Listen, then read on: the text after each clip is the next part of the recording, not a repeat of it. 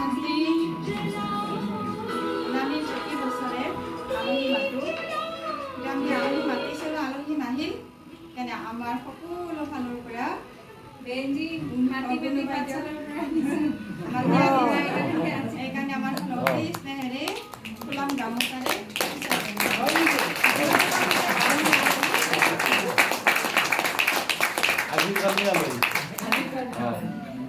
আজিৰ কাৰণে হয় কিন্তু পাঠশালাত সুধি আছে